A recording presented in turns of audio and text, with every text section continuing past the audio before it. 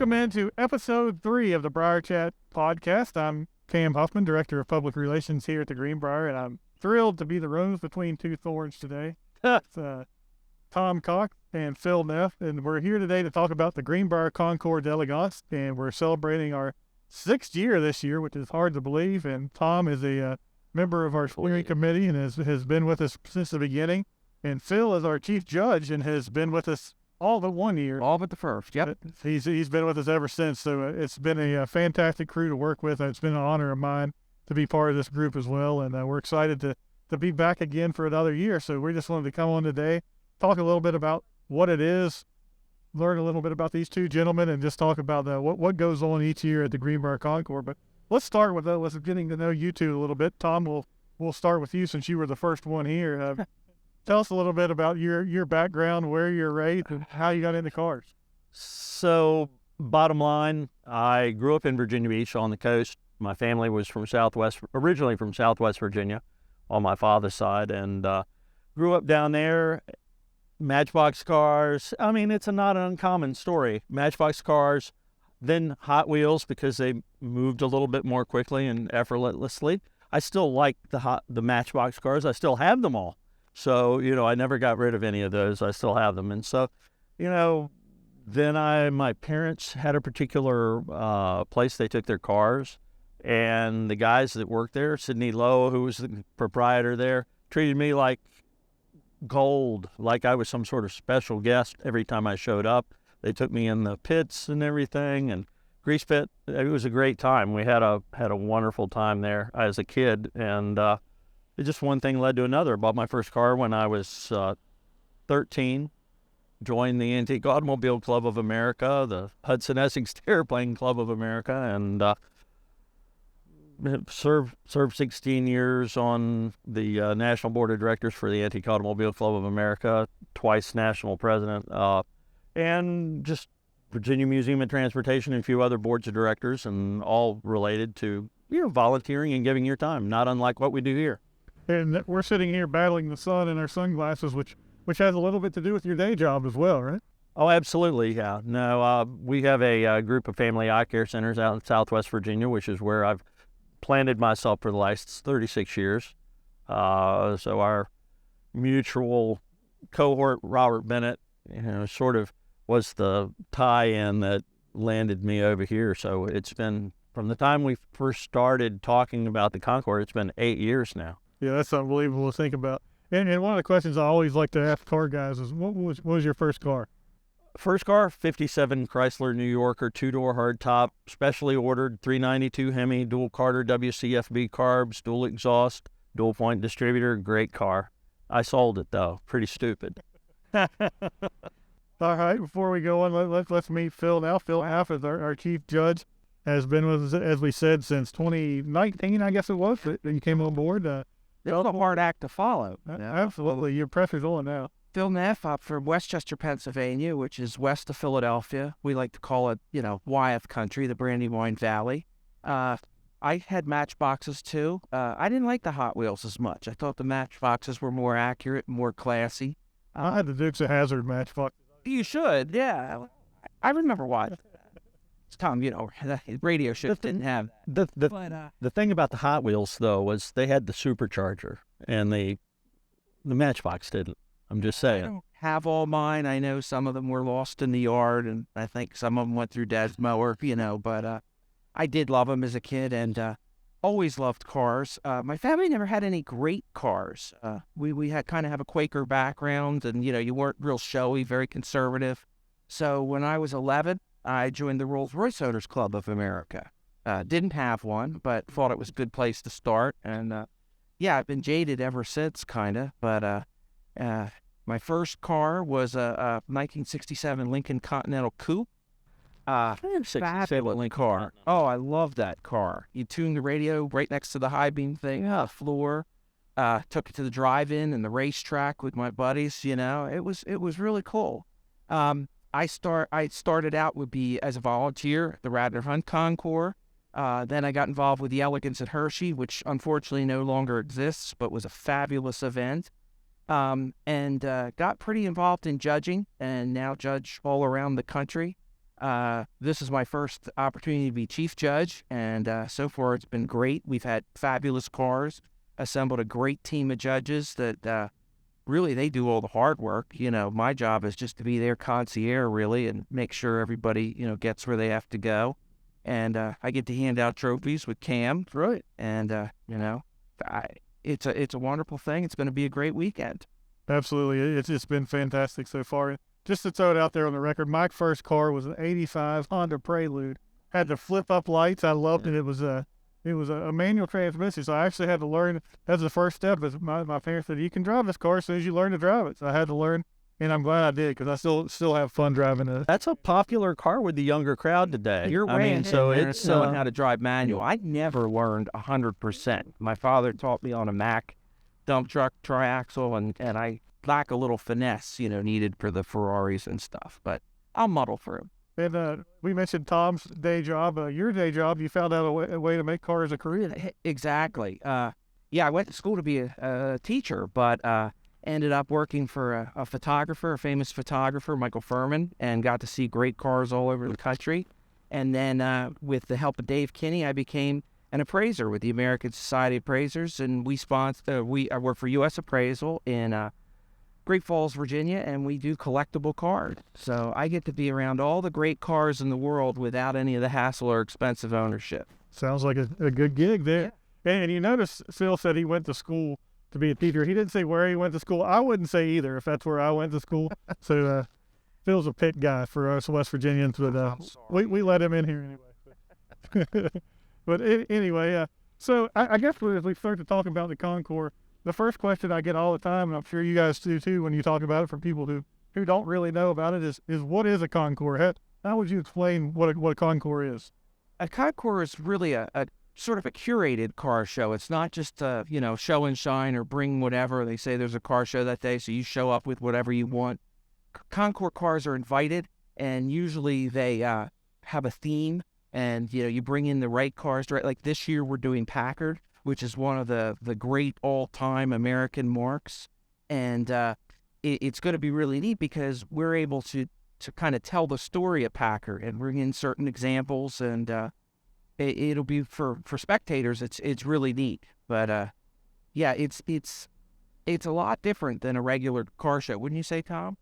Oh, without question. I mean, certainly most people are accustomed to just a car show at home where everybody gets together on a Friday or Saturday night or Saturday morning perhaps, and we have cars of all varieties and ages and so forth, and everybody gets together. And this is a very targeted approach, wherein as you said, we try to keep to a particular theme, and bring in cars particularly that are not generally just gathered at a local show somewhere or at even some of the national shows. It's an opportunity for everyone who comes to see something really, truly unique every time we do the show, the Concours here. You don't see the same car for 5 years usually, at least. So it's different every year. And, we have classes that are themed. So light cars are with light cars, whether it be sports cars or luxury cars. Next year, we're talking about doing a feature on pickup trucks, which I'm pretty excited about because I had to drive a pickup truck as a kid before my Lincoln. And I always sort of liked them, and I think it's going to be really cool. I like the fact that we're stepping out there on the edge there. We're going to be the first major Concours to feature workhorses of America and beyond. And so, it's kind of exciting to see that. And then the following year, we're thinking Ferrari, which is totally different. So it's we reinvent it every year, and and that's what's kind of neat. You can see something different, and like you said, Tom, not the run of the mill. And talking about that, I think we're going to call it Workhorses of the World is our official title, and we're looking for pickup trucks, as you said, as well as some of those SUV type cars. So if you have something that you think would fit, we encourage you to start thinking about it now. Get online and apply and be part of it. Is fit because, if you look behind us here at the show field, we really don't have room for, Peterbilt semis and stuff. We're going to try to keep them on the light utility. Everything from VW transporters, Dodge power wagons, and Broncos, Blazers, Maybe a Land Rover or two, maybe a few Land Rovers thrown in. if they're not on the rollback. Well, that's true. That does happen, unfortunately. but it'll be a great show. And sticking with those lines, we've had some great ones over the years. And one of the fan favorites was the year we did the movie and television cars, and that was really something special. We had some great cars. About that over, in my travels to different shows around the country, people loved that. The Mutt Cuts car, the truck, Absolutely the favorite, I think. The Batmobile, lots of stuff. Yeah. Ghostbusters. Yeah. We had a little bit of everything. That was a lot of fun that year. And as you said, we try to put a lot of thought into it every year. And My something daughter unique loved and that. different. She thought that was really cool. And along those same lines of doing something unique and doing something a little different, it's not just obviously the Concours that we talked about. That's sort of the entree, so to speak. But it's not the only event of the weekend. We have some appetizers leading up to that as well. And that starts with our Summit Drive. And this year's Summit Drive, Tom and Sil, I had to deal with something I never thought I'd have to deal with the Summit Drive. I saw some emails yesterday. Go on. We were planning on going to Snowshoe this year. And if you've never been to Snowshoe, it's a beautiful ski resort in Pocahontas County, West Virginia. But it's also beautiful during the spring and summer. They have golf and putt and off biking and off-road driving, a lot of different things up there. And it's a beautiful place during the warmer weather. So I thought, this would be perfect to show everybody what it looks like during the warmer weather. Well, a day and a half ago, skis. They had a foot of snow. So I think probably taking some of these beautiful sports cars that we have make this Summit Drive up in a foot of snow was not the best idea. So we had to come up with an ensemble there, and we have another fantastic drive planned. But I think overall, just through the years, we've done the drive every year. We've gone to a different location, trying to find something for people to do at those locations to enjoy themselves, try to show them the beautiful scenery and beautiful roads around West Virginia and Virginia. I think it's a great way to kick off the event. I'll say that, without betraying my home state or Pitt or anything, West Virginia has some of the most beautiful roads I've ever been on. It's spectacular, and I've always wanted to do the drive, and I'm usually busy that day for some reason. I don't know. Just a busy guy doing autographs. I'm sure that's what it is. That's his comment. Tom, we talked about the kind of eclecticness of the cars out here on the show field, but the drive's much the same way. You see a little bit of everything on that drive. Everything and anything on the Summit Drive. Everything from mild to wild. We have generally older cars. They generally move along at their own pace. And then you've got Ferraris and Lamborghinis and all the rest, and they're sort of making their way a little bit faster than, say, the 1941 Cadillac that might be in there amongst the rest. But it's as you said, there are a few places that you can get a more beautiful drive in the mountains, particularly this time of year, anywhere in the country. I think West Virginia is right up at the top of the list. Yeah, and me being West Virginia born and bred, I think that's kind of one of the side angles of this whole event is it brings new people to this state that maybe have never been here and wouldn't come otherwise to experience the Concours and experience the drive and see parts of West Virginia, see just how beautiful it is, and they fall in love with it. They do, and that's something I've noticed in the last couple of years. If a car owner comes here once, they'll be back because it's just a beautiful place. The hospitality's wonderful, but it's the same with judges. I mean, I recruit judges from all over, and they get to judge at some really great places. And once they get on the list here, they just want to come back every year, and it's kind of hard. You had to shuffle some in and shuffle them out without them feel like they're being cut. The Greenbrier is totally unique in terms of a location. Everything is so easy for the owners here. We have the trailer parking area. The guys that operate the trailer parking area, they've been doing it year after year after year. They've got it all down. It's just right around the corner. Everyone's here at the hotel. So, apart from getting their cars over here to the show field right behind us, they're right in at the hotel. They just walk back in, walk out. And it's not a golf course. No. Which is great because I don't play golf, and yet I get to walk on some of the most beautiful courses in the country, but I never play golf. And, I think they're wonderful parking lots, but, golfers don't like that. So this is unique, and this venue is spectacular. Well, let's cross that bridge since you brought it up, Phil.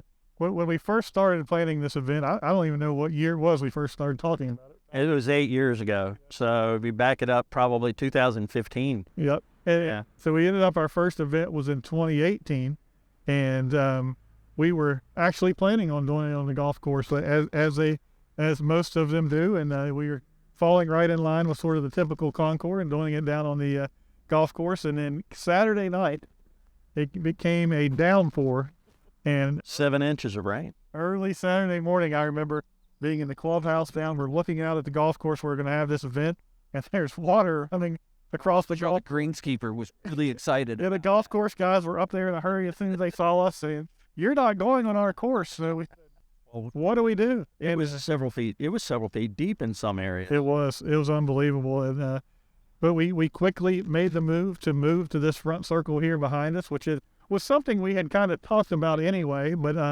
it allowed us to kind of officially pull the trigger, and it probably would have been a lot easier had we done that in the first place, because it took a whole lot of scrambling to make that happen Sunday morning, but we had got it done, and it really turned out, I think, to be the signature of the event.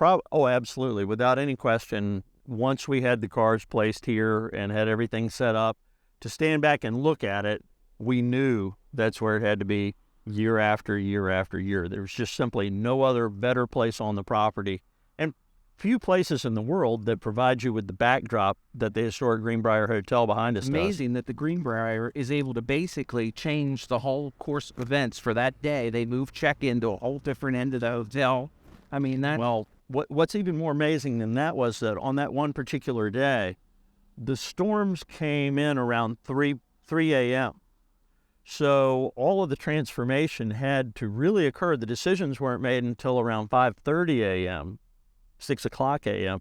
So the entire transformation that the staff did, from moving all of the cars, moving the entrance to the hotel to the back, to us moving the cars in, everything else, took place in just a matter of hours. And the staff did it with such aplomb that most of the car owners didn't really realize that we'd really changed anything at all. Is that word? Done so well. Aplomb? Wow. Can I get your autograph? That was really good. There were, though, talking about that. I just pretend like I do and keep right on going. I love you too, Phil. Yeah. A good point, though, Tom made there is there was one thing we tried to do that first year, which was we tried to have a rain plan, and part of our rain plan was to move cars indoors. So that was something we experimented with that first year. We actually had cars in the famous Cold War bunker. And it sort of worked out, but as we moved on, we decided... Logistics were a little too difficult. Yeah. And we decided that, rain or shine, this is the place to be right out here in front. Unfortunately, the weather in the Concours world's just like, baseball or football. You have to play the hand you're dealt. Right. And, we don't have a tarp to roll out over the garden here, and, you go with it. Well, this year is really not unlike every other year we've been up here. People always tend to look at that 10-day forecast, or they look at the 7-day forecast, and they start making their plans, and they're like, oh, it's going to rain, the weather's going to be terrible. Yesterday, we were supposed to have some rain on Sunday, probably even some rain on Saturday. And then today, got up this morning, we're going to have beautiful weather. Don't even watch it, because it's going to change. And, right. Yeah. But as we said in that first year, the weather turned out to be a blessing because it moved us here. And something similar, Saturday's event, which we haven't talked about yet, which we call Cars and Cocktails, which is, Tom mentioned, the normal car show you usually see on a Saturday morning. That's sort of what Cars and Cocktails is a little bit. It's Absolutely a little bit of everything. And it's an enthusiast show. It's the opportunity for people to come in and show their cars without regard to whether they've been to the Concours before or not. Or if we have something, our theme this year doesn't fit with their car, they can still come and participate and have a good time. I'm always amazed at the quality of stuff that shows up, though, because there's been some times I've walked around down there on Saturday and thought, wow, this car could have been here on Sunday, and oftentimes they are. There have been a lot of times that we have found cars on Saturday. Oh, yeah, and just the enthusiasm. And, it's nice because, you think of the Concours and you get involved with it, and you kind of, like I said, you get jaded a little bit. And I basically love anything with wheels. And sometimes it's great to see, just regular cars that are well kept. And Well, I think that's one thing that we've done with the Concours too. And, we've had a really broad selection. In other words, like last year, we had that 63 Rambler American convertible that had been in that family since new, and it just had an amazing story. well, that's something with it, you get too. I mean, cars they can look great and they can be restored to the nth degree. And, if they become too stagnant or too much of a piece of sculpture, you can lose interest in it. You've got to, it's the story behind the car, and if they drive it, where it goes, or what it was used for. We have several awards that are geared towards the history, whether it's from a certain era, the Cold War era, or just it's the significance of some of these cars is amazing. And a car that, you see come in an application, you think, wow, that'll be a nice car. And then the owner gets here and tells the story that's like, wow, I'm so glad the car is here. Yeah, it's like last year, everything from Duesenbergs to a Rambler, the humble Rambler, but with a story that, would leave everybody walking away thinking, oh, gosh, what a great story. Yeah. There's so many of those that we've seen over just the 6 years. Stories that kind of pull up the heartstrings a little bit. I remember a guy who brought his dad, and he thought it was going to be the last event he'd be able to take him to, and showing him, showing the car that his dad drove and was so proud of, and just stories like that really personable stories that really make the event, I think, as well. There's no replacement for car people. 99.99% of car people are just a blast. They're great to talk to. They've all got stories. They're all reasons, close to the heart. Kind of levels the playing. It does. Some people are, you have some very wealthy people that have great cars. But if a regular person go up and talk to them and you ask them about their car, they're going to talk about it. People love to talk about their cars. And something I found poignant, there's a word for you, Tom. There you go. You get a dictionary maybe at the start. Over COVID, and the car shows all shut down except for us. We've managed to get our show in. We all thought we'd missed the cars, and yes, we did. We did miss the cars, but it was the people, because there are certain people you only see at these events, whether it be, for me, it's judges or entrants or spectators even. You're only going to see them at one event, and if that event doesn't happen, you miss the people more than you miss the hardware. Well, most of the time. Yeah, well, that's kind of interesting that you brought that up there, Phil, because when I look at the Concours in our 6 years, I kind of consider two sort of watershed moments over the course of the years. And the first was, which we mentioned, the storm and moving here to this front circle. And the next was the COVID year, because that was our third year of having the Concours. And if we would have had to cancel, just 2 years in, it would have really kind of, I felt like, hurt the momentum. But we were able to move the event to September that year and still have it. And I think a lot of people maybe came because they were itching for it a bit. Oh, absolutely. And once they experienced it, like you said, they wanted to come back. So I think that was a huge moment for us to find a way to have the event, do it safely, and allow people to have a good time out here as well.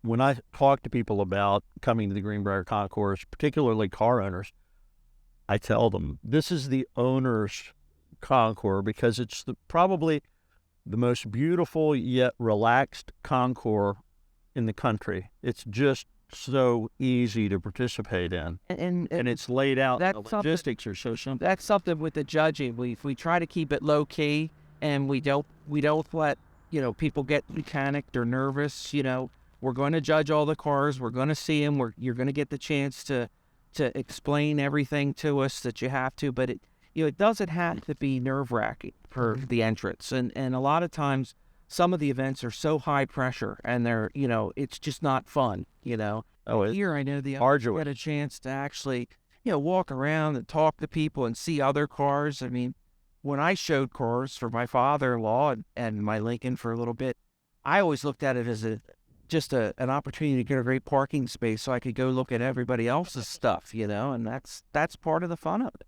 Well, let's back up just a minute to Saturday again, because we we got there and kind of went past it, but we call it Cars and Cocktails for a reason because we have Not to encourage drinking and driving. right. That's right. But you drink and look at the cars, and then you Right. can. But we do have some local vendors here. Smooth Ambler Spirits, so right down the road in Max Weldon that makes some wonderful bourbon. They're here, and they have a tent and some great bourbon drinks. Old Smoky Moonshine from the Gatlinburg area. They're here and have some great drinks as well, some moonshine, those sort of things. And then we have Big Draft Brewing right down the road here in White Sulphur Springs. We'll bring in some of their craft beer, so it's a chance to experience some new local vendors. And then we have food-wise, we have tacos and barbecue and hamburgers and hot dogs, a little bit of everything. So it really is a festive, fun event for And Cars and Cocktails. the Ferrari Ride and Drive, Absolutely.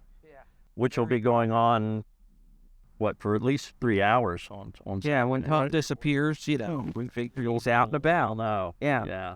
Yeah, that's a great point. And maybe I should have included that in my major moments here at the Concours. Signing on Ferrari of Washington as our presenting sponsor, starting with last year, was a big moment as well. And they've been fantastic partners, and we're definitely thrilled to have them back again as well. Yeah, because it's not only the old cars that spectators like. I mean, especially the younger crowd, to see these state-of-the-art supercars that are, fresh from the dealership and right here where you can see. Actually drive. Yeah, well, not the kids, but No, right. but you you're know right. what I'm saying. Yes, I do know. Well, we're all kids, are we not? Yeah, well, that's true. I mean, Some of us still have our Hot Wheels, so right, yeah.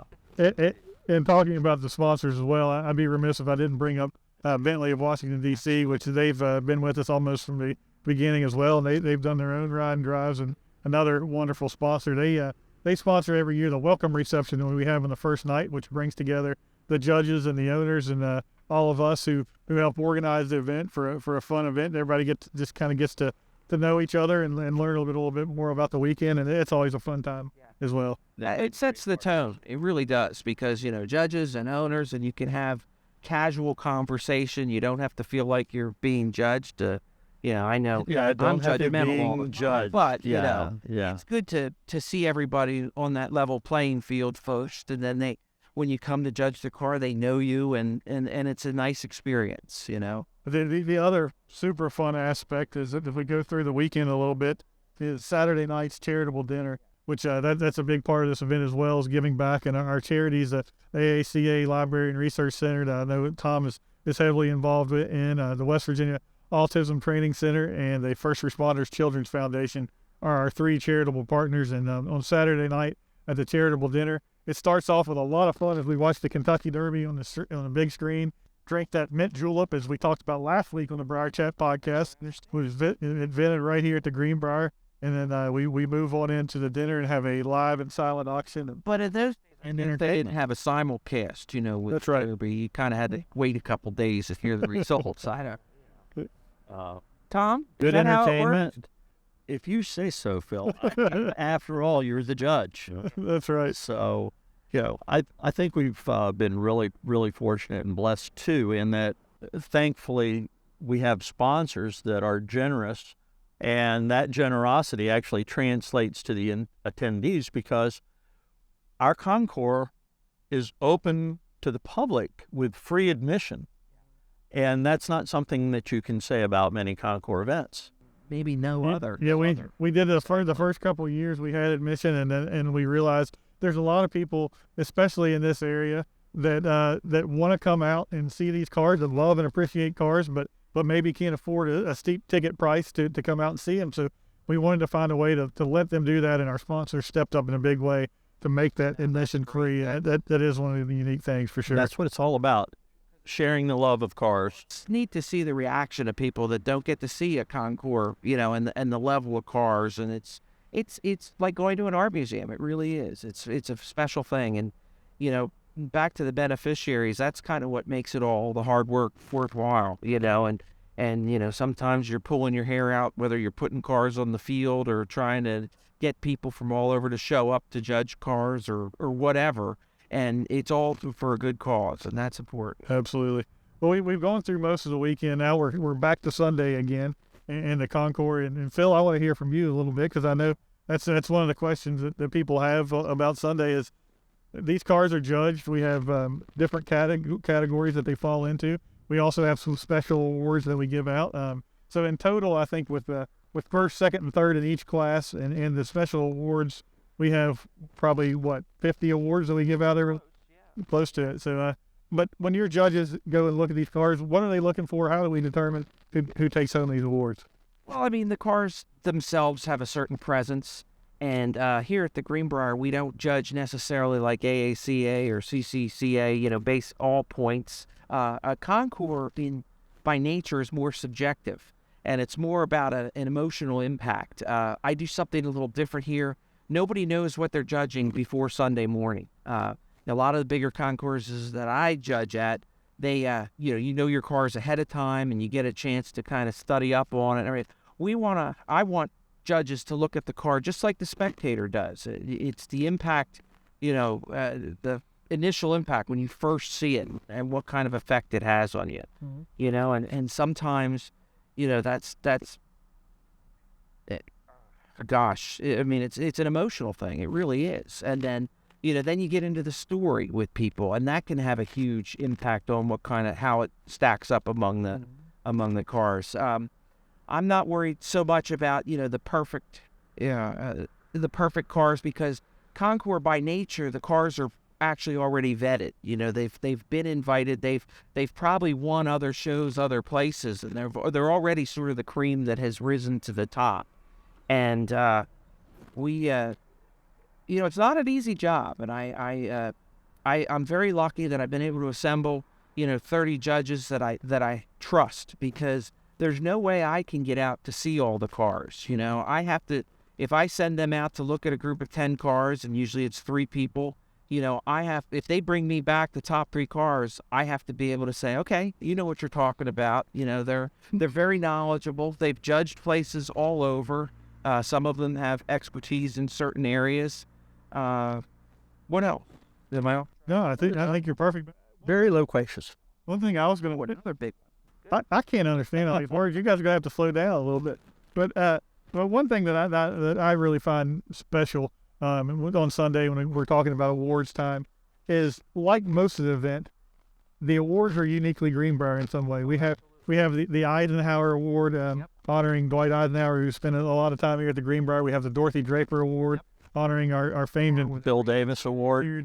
Bill Davis, that was a neat one too. Fabulous. Bill Davis actually participated in this giant concours. in the hobby, and was lucky enough to be here a couple times. Was a great friend of the Greenbrier as well. Yeah. So it's fantastic to honor him. And the Bill Davis Award we submit and goes to the top car in the field from West Virginia. Yeah. So it's a way to tie in. Bill Davis was a major figure in cars in West Virginia. It was very proud of his state. Absolutely. So it's a great way to honor him. Bill was a great car guy and a great philanthropist. Yeah. And that brings me to the trophies, which is another unique part of this event. Most of our trophies are made right here in-house, and the Bill Davis trophy, which made me think of that, is a bow tie. It's carved out of wood, and it's a bow tie, and if you do Bill Davis, that fits him perfectly. Always wore a bow tie. And we have glass awards that are made right here by our glass blowers little property. So all the awards, whether made by our carpenters or our glass blowers, they're made right here at the Greenbrier. So when you take it home, you take home something that was made by our craftsmen. That's something that you can't say everywhere either. Yeah, one is truly unique. Yeah, and our awards are geared towards the history of the Greenbrier, like you were saying about the Eisenhower. But instead of just having an elegant open car, we have the Princess Grace Award. Right. She's tied with the Greenbrier, and that makes total sense, I think we have the Duke of Windsor Award and the closed car, and so there's all sorts of awards, and we just have to get them right. That's all. And I guess we can't talk about the awards without talking about the special ceremony on the awards, as well as our cars make a victory lap around the circle right here behind us. That's something be able special. To see the winning cars in motion and see them move. That's with the exception of the cars that we stage right behind us, because it's just not feasible to get them all in and out of that small area. But all the other cars, definitely, it's been fun. Yeah, it's a blast to see them move and to hear their engines. It's really important, and adds to the whole experience. Nothing like seeing a Stanley steamer with a full head of steam buzzing around, or a 12-cylinder Ferrari, or right. Yeah, it's fun. That's what it all comes down to. It's fun, And I think you could probably tell if you're watching or listening to the podcast that there's a lot of passion in this group that puts it on to make it something special, and we feel like we have, and so we encourage everybody to come out and join us next year. By the time this airs, this year's will be over, but we'll already be preparing for next year's. It'll be a fantastic event, and I appreciate you two for all you've done for it, and it's been a pleasure working with you, and glad to have you on this podcast. We sat here and talked all this time and didn't talk about autographs or baseball cards one time. Oh, you know, Phil does do autographs. Just for anyone that's listening, Phil does do autographs. Not true. Well, I think that's going to wrap it up. But we greatly appreciate you two joining us, and Most welcome. appreciate everybody watching us on episode 3 here of the Brierchat podcast. Hopefully you continue to tune in with us as we continue to do these once a week. Every Monday there'll be a new one out. So leave your comments on Facebook or on YouTube. Let us know what you think. Let us know what you want to see in the future. And be sure to make your plans to come out to the Greenbrier Concours d'Elegance in the future. It's always on Kentucky Derby weekend, so you can mark your calendar and know each year Kentucky Derby weekend, the place to be is right here at the Greenbrier. It's going to be a great time. Horses and horsepower. Absolutely. Perfect combination, right? Absolutely. Well, that's going to do it here, and thanks for joining us. Come visit us at the Greenbrier.